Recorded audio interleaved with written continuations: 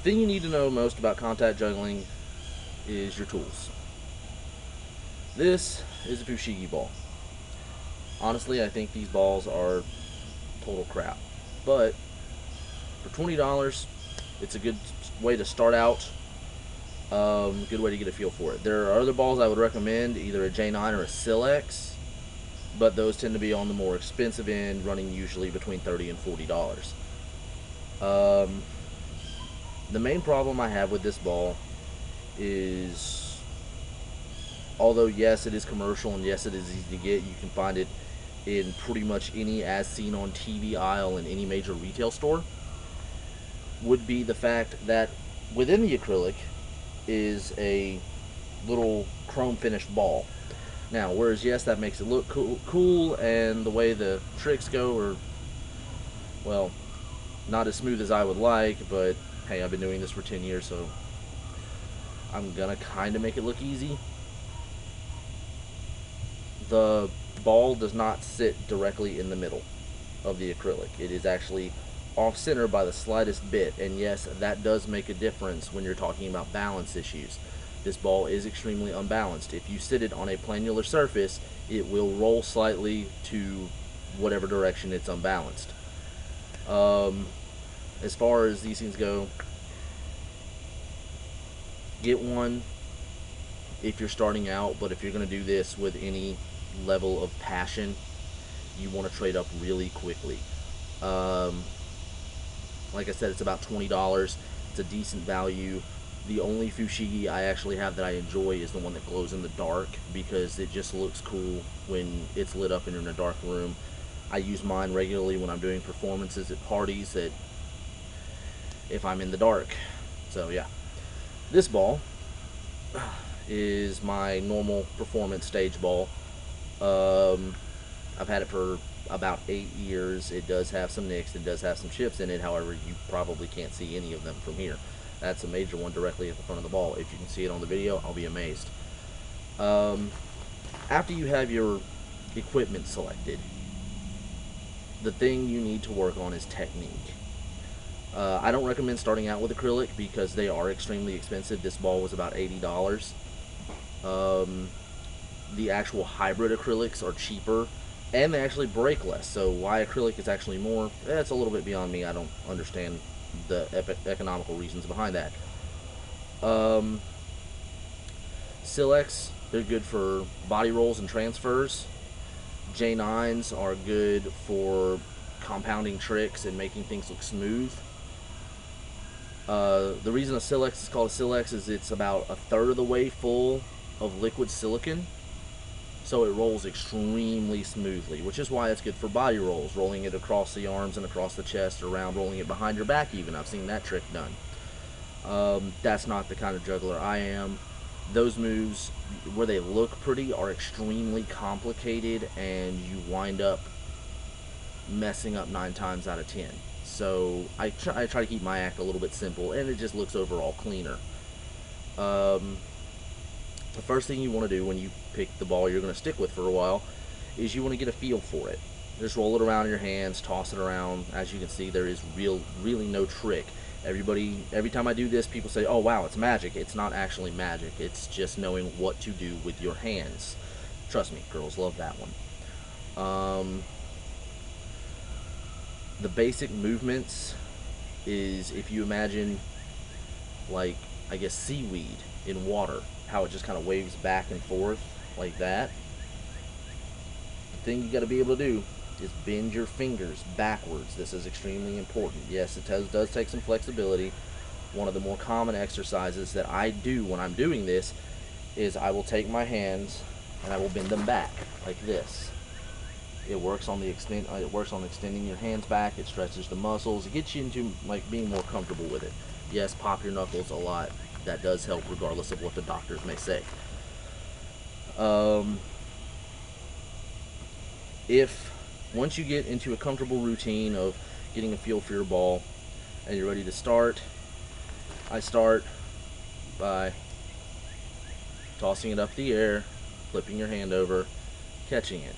Now, the reason for this is it gets you comfortable catching the ball in the reverse cradle position. Now, some people do a 2-finger cradle, some people do a 4-finger cradle. I like the typical 3-finger cradle. I've even seen some people, do the Mr. Spot cradle, where they catch it like that. I prefer just a nice, comfortable 3-finger cradle on both sides. See? That's simple. 3 fingers, both sides, nice cradle. Alright? When you're doing that and you're getting used to it, just try to go in smaller arcs over your fingers until you've got it in a smooth motion. And you're pretty much like a windshield wiper, just going back and forth, back and forth. Then you get to throw in the extra motions. This is called a butterfly, where you're just going in kind of a figure 8 motion, or an infinity motion, since it's on its side. And when you're comfortable with this, and when you're going with this, and it's all nice and smooth looking, trust me, 10 years and I still mess up. Then you can start working on your transfers. And the easiest transfer to work on, regardless of what anybody may tell you, they want you to try to do all this complicated mess. Don't. If you're just starting out, do not do something complicated. You will mess up, you will break the ball, and it's, that's bad, because these things are expensive. The easiest transfer is the back of your hands, just like that. You put it into the 3-finger cradle like this, put your other hand next to it, tip it over your pinkies, always to your pinkies, or tip it over your pinky, and then this to your 4-finger, alright?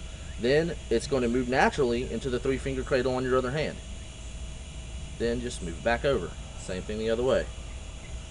That's simple. Now, another transfer that when you get a little bit more comfortable with that and you get a little bit more daring, you can do this transfer, where you move it to this one, move it over here, and then you just let it roll across your palms, and then back. It done smoothly, it looks like this.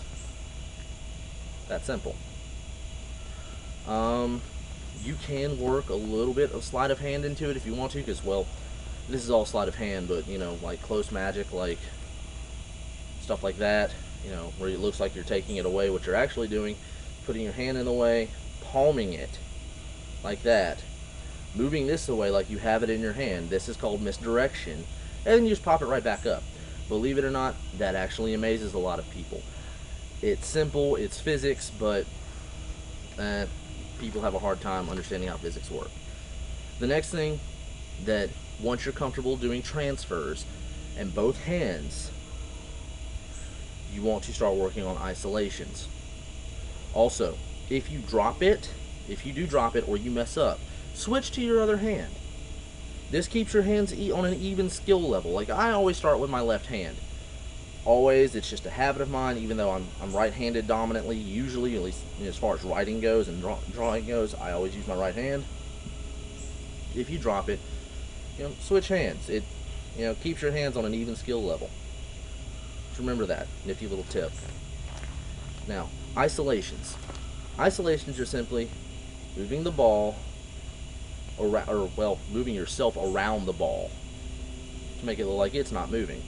Now that's just a simple little orbiting isolation, easy enough. It does take some practice, but once you get used to it, it looks nifty. Another isolation is, if you've seen Labyrinth, which I'm going to assume most of you have, where he has the balls, all 3 of them rolling with a 4th ball on top. The 4th ball is actually the isolation.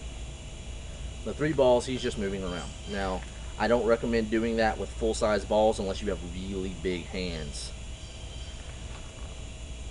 Go ahead and make the "that's what she said" joke. I know you're going to. The isolation that I'm going to show you now is just a palm isolation.